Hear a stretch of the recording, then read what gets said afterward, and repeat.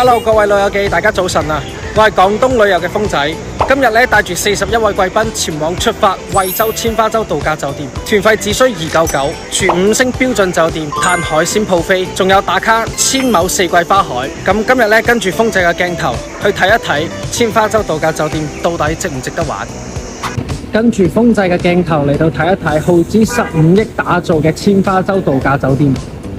漫步喺我哋四季花海當中，望住各式各樣嘅花花草草，可以令到你嘅身心得到盡情嘅放鬆，更加係一個天然嘅氧吧。嚟睇一睇我哋第一日中午午餐嘅用餐環境先，一個獨立嘅大包間，空調開到足。哇！咁多位老友記，你睇睇幾多楊桃，仲有龍眼、芒果、楊桃等等水果，都係任擇任食。精心準備嘅下午茶時間。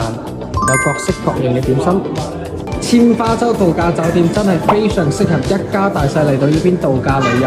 廣東旅遊嘅團友仲可以享受酒店贈送嘅獨立麻雀房，免費打4個鐘。